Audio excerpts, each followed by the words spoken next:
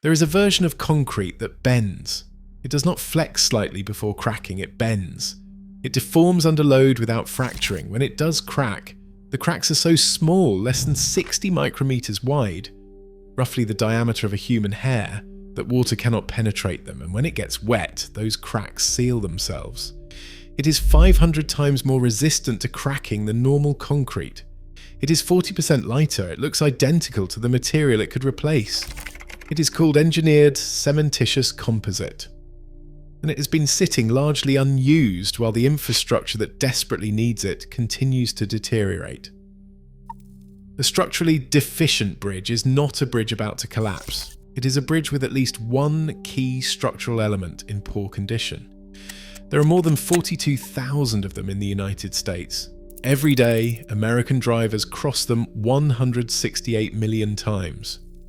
The reason most of them are deteriorating is not age, it is concrete. Specifically, it is the fact that ordinary concrete is brittle, it does not bend. It cracks. And once it cracks, water gets in, salt gets in, steel corrodes, and a structure built to last 100 years begins failing at 30.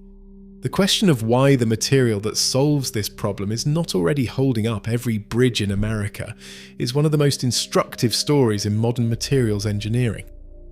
To understand what makes ECC different, you have to understand what makes ordinary concrete so problematic.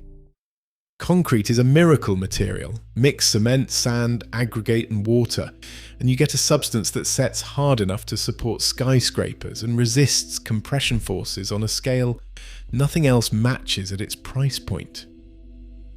But concrete has a fundamental weakness. It is brittle. Brittleness means a material fails.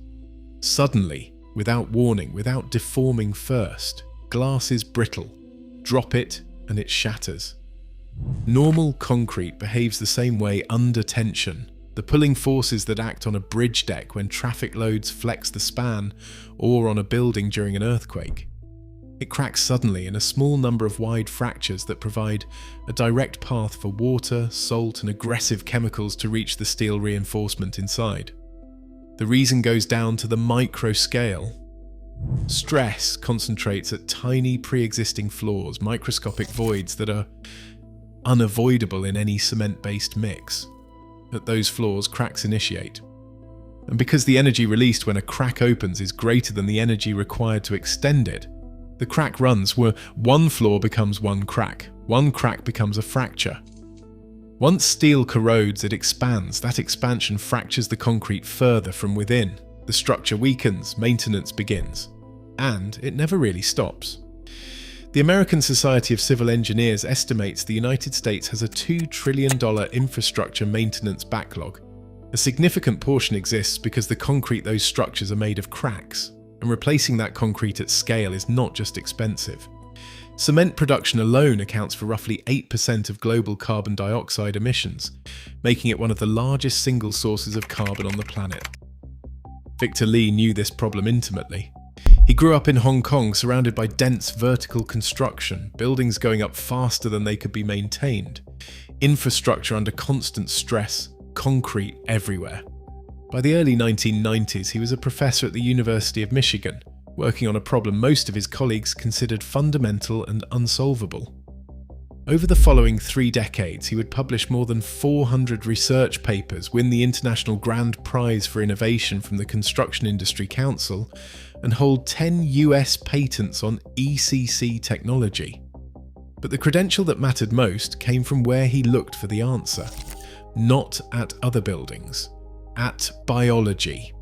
Nacre, the substance lining the inside of a mollusk's shell, also called mother of pearl, is made of calcium carbonate, the same basic mineral as limestone. But nacre does not behave like limestone. It is tough, flexible, and extraordinarily resistant to crack propagation. The reason is its microstructure. Nacre is built from microscopic plates of calcium carbonate bonded together with a thin, elastic polymer layer. When a crack tries to run through it, that elastic layer forces the crack to deflect, branch, and distribute its energy across thousands of tiny pathways rather than concentrating in a single fracture. The result is a material that absorbs enormous energy before failing, and that fails gradually with warning. Lee spent years asking a single question: could concrete be designed to do the same thing? It could, but the solution required redesigning concrete from the micro scale up. Normal concrete contains coarse aggregate, gravel and crushed stone, which creates a rough internal structure where cracks can initiate at many points. Lee's first decision was to remove the coarse aggregate entirely. In its place, he introduced fibres, short engineered strands of polyvinyl alcohol, PVA, the same polymer found in contact lens solution, each roughly half the thickness of a human hair. They make up only 2% of the mix by volume. To look at ECC wet in a mixer, you would not know they were there. But the fibres alone are not enough. A fibre that grips too tightly snaps when a crack tries to run through it, and the material fails like ordinary concrete. A fibre that grips too loosely pulls out without doing useful work. Lee needed a precise middle ground, and he found it by coating each fibre with a thin oil-based treatment that controls exactly how strongly it bonds to the surrounding cement. This precise bond is what makes the difference. To calculate the right bond strength, he used micromechanics, essentially the physics of what happens at the scale of a single fibre when the material around it is under stress. Think of it like tuning the tension on a suspension bridge cable. Too tight and it snaps, too loose and it sags. Lee was tuning that tension at the scale of something thinner than a hair. At the right bond strength, something unexpected happens. When a crack tries to open, the fibre bridges it, holds the two faces together while the crack is still forming, and forces the next crack to initiate somewhere else, rather than allowing the first one to widen. The result is a material that forms thousands of micro cracks distributed evenly throughout its volume, each invisible to the naked eye, each too small for water or chloride to penetrate. The material keeps carrying load through all of them. In engineering, this is called strain hardening. The material gets stronger as it deforms rather than weaker. It is the opposite of how ordinary concrete behaves, and it gives ECC a tensile strain capacity of 3 to 7% compared to 0.01% for normal concrete, 400 times more ductile from the same basic ingredients. There is one more property of engineered cementitious composite, ECC, that stops engineers when they first encounter it. When an ECC structure gets wet, the micro cracks heal. The mechanism is autogenous. The material heals itself, not through any additive or intervention, but through its own chemistry. When a micro crack forms, it exposes fresh, unreacted cement inside the gap. When water hits that exposed cement, it reacts with carbon dioxide in the air to form calcium carbonate, the same mineral in limestone and coral, which grows outward from the crack faces and fills it. In normal concrete, this only works in cracks under roughly 150 micrometers wide. In ECC, the cracks stay below 60 micrometers, well within the healable range. 1 to 5 wet-dry cycles completely seal ECC micro cracks. Not patch them, seal them, mechanical strength is regained. Water permeability returns to near zero.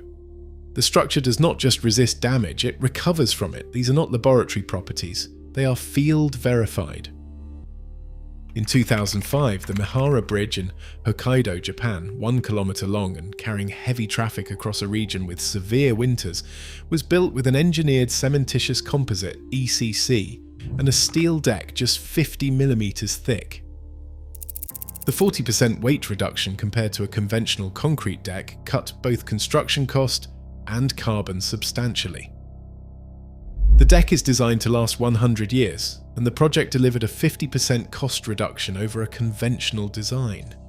In Tokyo, the 95-meter Glorio Roppongi high-rise contains 54 ECC coupling beams designed to absorb earthquake energy without fracturing.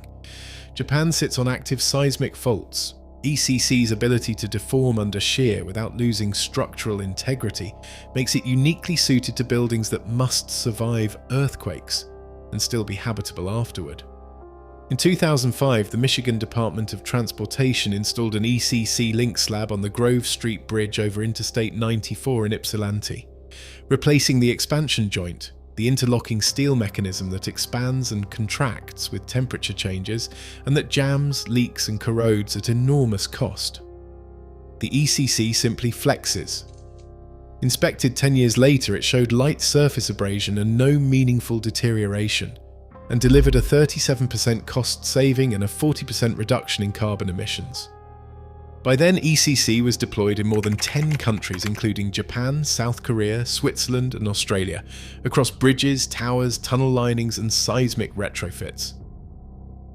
So why, more than 30 years after Victor Lee invented it, is ECC not holding up every bridge in the United States? The answer is not technical, the material works. The answer is economic, logistical and institutional. Start with cost. ECC costs roughly 3 times more per cubic metre of material than ordinary concrete. The PVA fibres are expensive. The mix requires precise proportioning and skilled handling. That is not 3 times the total project cost. Concrete is only one line item in a bridge budget, but for an industry where contracts are awarded on lowest bid and maintenance costs fall to someone else's budget, it is still a significant barrier, regardless of what happens over the next 50 years. The life cycle math is compelling. Grove Street demonstrated 37% savings overall, but life cycle math requires someone to be responsible for the full life cycle. Most procurement systems are not designed that way. Even if a project manager wants to specify ECC, there is a second problem: they probably cannot. ECC cannot be produced at any ready-mix plant in the country. The fibres must be sourced, the mix designed and tested, crews trained. Specifying ECC in a region without that infrastructure means building a supply chain from scratch for a single project, which most project managers will not do. And even if the supply chain existed, structural engineers would still face a third barrier. They are trained on concrete, they know its properties, its failure modes, its behaviour under every loading condition the code anticipates. ECC requires learning different properties, different detailing, different inspection criteria. Until those criteria are written into widely adopted standards, many engineers will not specify it, not because they doubt the material, but because the professional and legal framework for using it confidently does not yet fully exist. The material has been demonstrating itself in real structures for 3 decades. Victor Lee has testified before the Michigan State Legislature making the case for it. And the American infrastructure it could transform is still largely cracking. There are reasons to believe this is changing. The bipartisan infrastructure law passed in 2021 directed over $1 trillion toward roads, bridges and transit. For the first time in years, state transportation departments are replacing bridges rather than patching them. That scale of procurement shifts the economics. When an agency is replacing 50 bridges rather than 5, sourcing PVA fibres and training crews becomes viable. Early adopter projects like Grove Street become templates rather than experiments. And Lee's research has continued to advance the material. Recent work at Michigan has combined Engineered Cementitious Composite, ECC, with carbon dioxide sequestration, injecting carbon dioxide during production where it reacts with calcium in the cement to form calcium carbonate permanently locked inside the material. The concrete that absorbs its own cracking also potentially absorbs carbon. An ECC road deck that replaces expansion joints heals its own micro cracks, lasts 100 years rather than 30, and sequesters carbon is not a research fantasy.